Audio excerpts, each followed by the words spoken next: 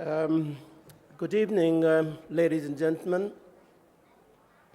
I feel greatly honored to be asked to launch this CD, which is a very unusual collaboration. And I also am glad that I have played a small part in the creation of this by bringing Kim and Heather and a very great Indian musician together. I believe this is the second or third collaboration between Kim and the gallery, and it seems to be working very well, both for India as well as for the gallery.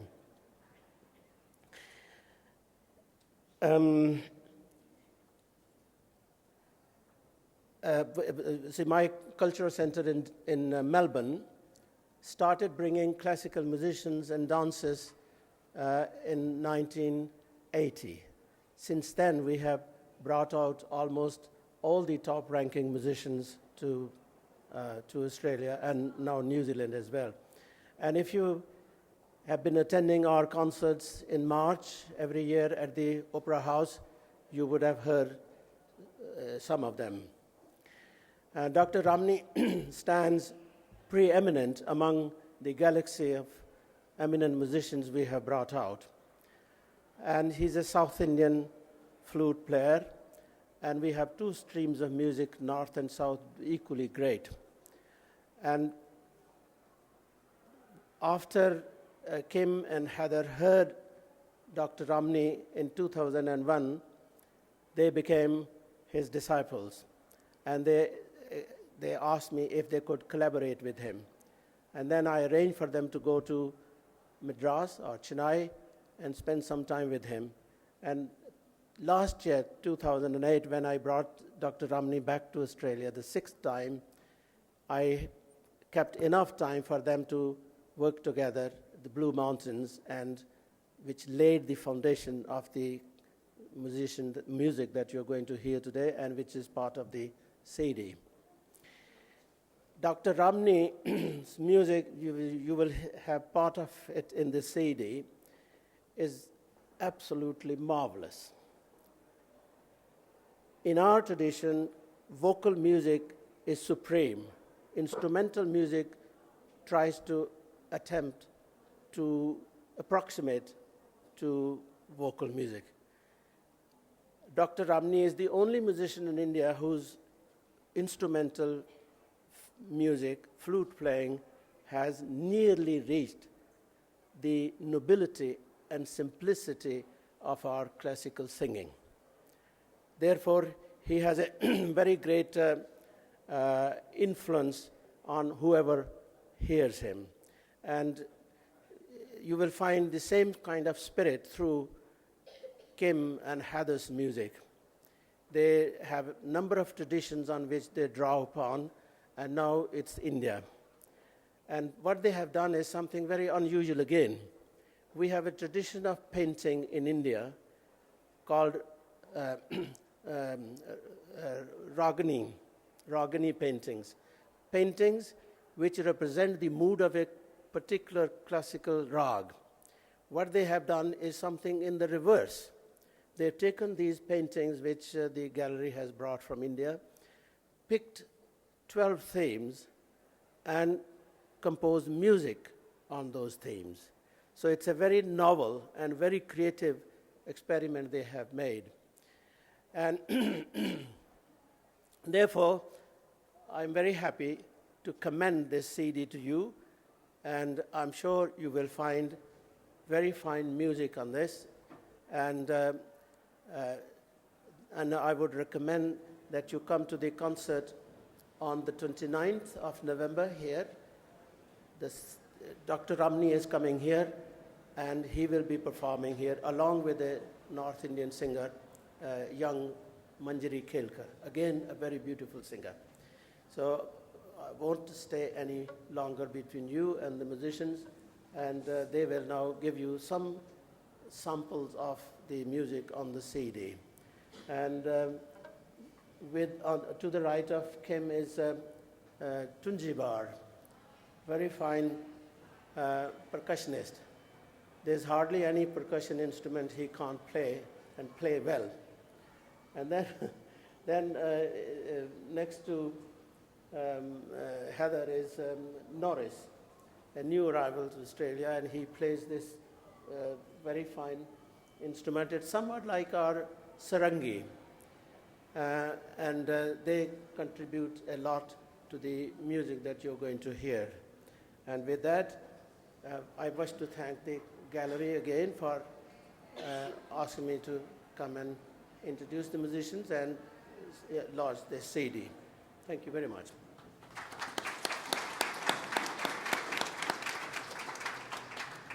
Thank you, Mohinderji. Well, welcome to this wonderful exhibition, which you'll see straight after the performance, and it's very, very beautiful. So we hope we can get you in the mood for such beauty with some beauty of our own. And the first two pieces we will do are traditional chants with our, I guess you could say, our own interpretation. The first one is Om Namah Shivaya, and it's really one of the root mantras of Indian cosmology, because we bow to Shiva, who is in essence all beings in one, part of the great Trimurti of Indian thought.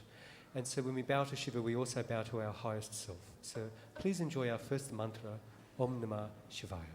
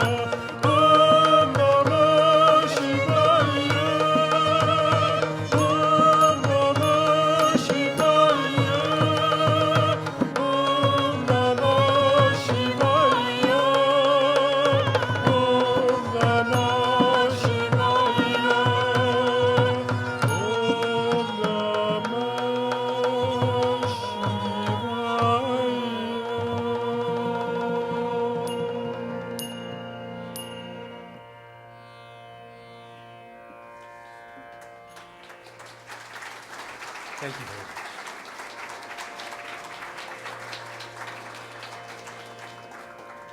Well, to warm us up to the cosmic references of this exhibition, we're going to do one more traditional piece.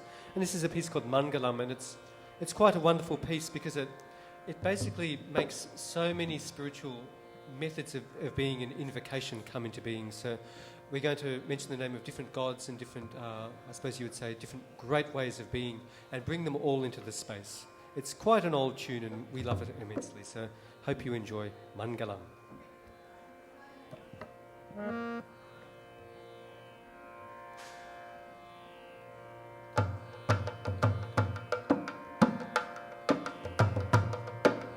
Bhumi Mangalam, Bhumi Mangalam, Utka Mangalam, Utka Mangalam, Agi Mangalam, Agi Mangalam, Vayu Mangalam, Vayu Mangalam, Jagannath Mangalam, Jagannath Mangalam, Surya Mangalam, Surya Mangalam, Chandra Mangalam, Chandra Mangalam, Jagannath Mangalam, Jagannath Mangalam, Jiva Mangalam, Jiva Mangalam, Deya Mangalam, Deya Mangalam, Manu Mangalam, Manu Mangalam, Mahatma Mangalam, Mahatma Mangalam, Salva Mangalam, Bhavatu Bhavatu Bhavatu, Salva Mangalam, Bhavatu Bhavatu Bhavatu, Bhavatu Bhavatu Bhavatu.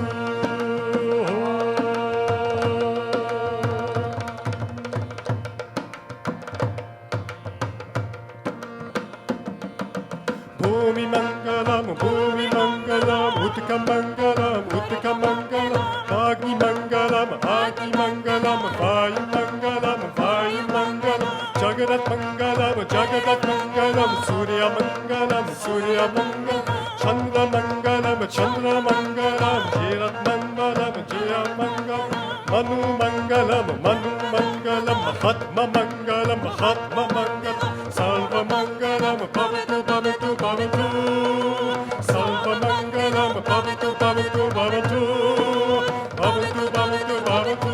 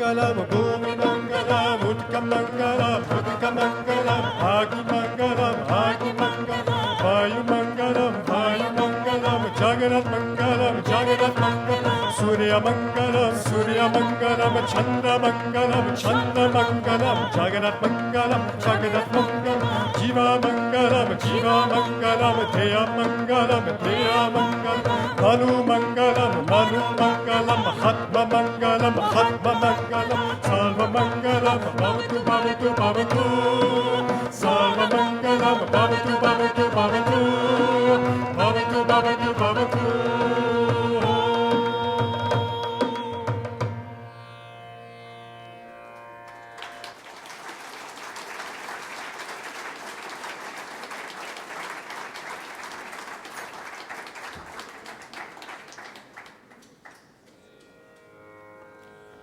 Well, thank you very much. We're going to move to one of the core texts of this exhibition, which is the Krishna Lila, and it's quite a remarkable text if you don't know it, which details a whole lot of the episodes of Krishna as a child and then even up to being a young man. And it becomes apparent in this that Krishna is not just something special, but he is divine in every aspect of the word, and the whole text reinforces this constantly.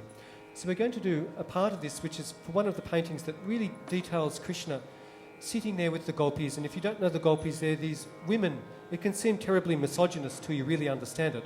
These women who just happen to be very attractive and are drawn to Krishna, and that seems to be their whole life. But what it seems to really be about is that when we're in the presence of someone who is completely exalted in all their senses of being, we can come to a higher way of understanding the world.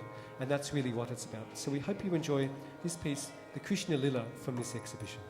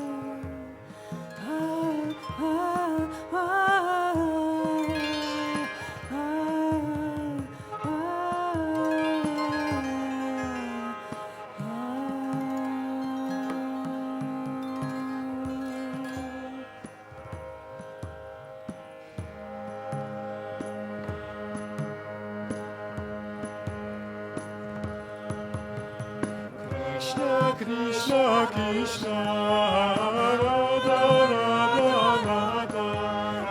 Krishna, Krishna, Krishna, Radha, Radha, Radha. Krishna, Krishna, Krishna, Radha, Radha,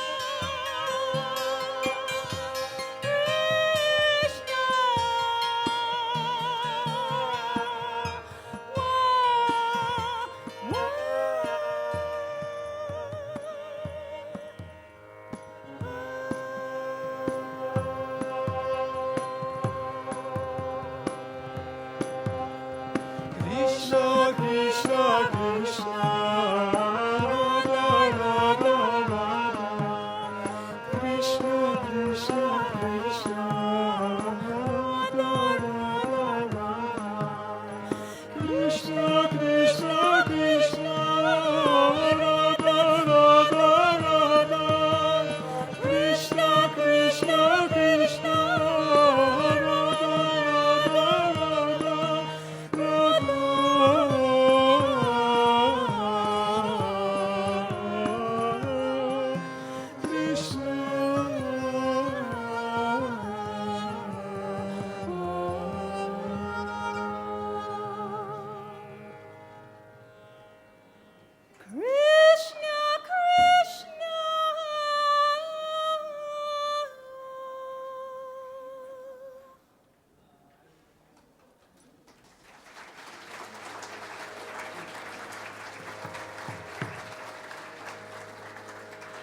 Well, now, dear friends, we're going to move to two pieces from the Ramayana also in this exhibition, and they narrate a really interesting part of the whole Ramayana, which is the point where Rama, this great God-given figure, a man who really walks above the air, he is so noble, he actually, for the reason of befriending Sugriva, he actually murders Vali, the king of the apes. And it's a big, big thing because this man, this divine man with a bow, actually takes the life of a simple monkey who is fighting.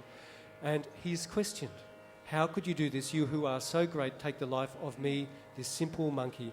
And it's one of the moments that makes the Ramayana so profound, because it shows that Rama is capable of remorse and grief, which he shows later with the loss of Sita. So he's not just this divine guy who sits above us all, but he actually feels the loss of Sugriva and Vali and decides that he must do what is right, and explains it to Vali.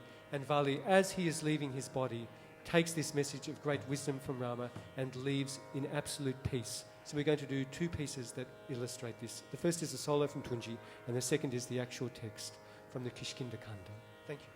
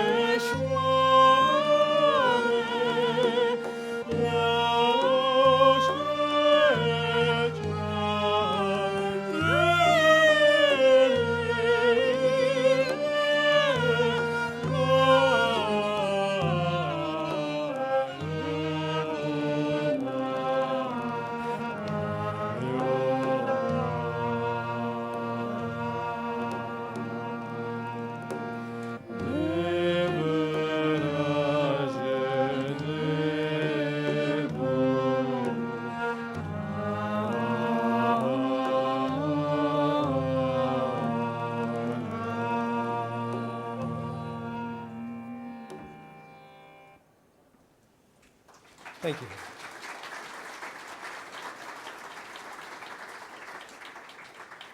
Well, dear friends, we just want to make a few thank yous before we let you go and enjoy this wonderful exhibition. First of all, big thanks to all the staff at the Art Gallery who've supported both this concert, that's particularly Shona and Ashley from Art After Hours. We love playing here, it's such a great space. So thank you to you guys. And also thanks to Jackie Menzies and Anne Flanagan and Edmund Capon for commissioning this disc and installation. It's really wonderful when institutions support new music as well as old art. It's quite a wonderful combination. And thanks to you all for coming to see it. We hope you enjoy this exhibition and we hope you enjoy the music, because there's a lot on the disc that unfortunately with our small ensemble here we can't replicate tonight. So we hope you get to enjoy that disc as well. Thank you very much for coming. And we're going to leave you with one piece called Krishna Frolics with the Gopi Girls, which is one of those, it's another version of the Krishna Lila. So we hope you enjoy this piece. Thank you again.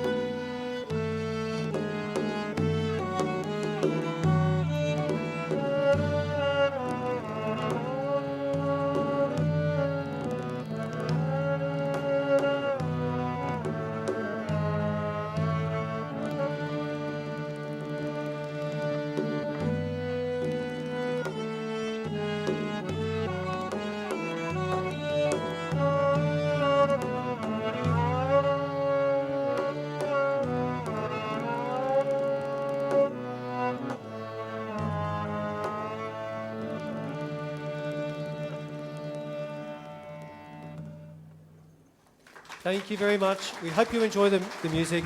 Thanks again to Tunji Beier, Nawres Al-freh, Heather Lee, all the staff at the Art Gallery. We hope to see you soon.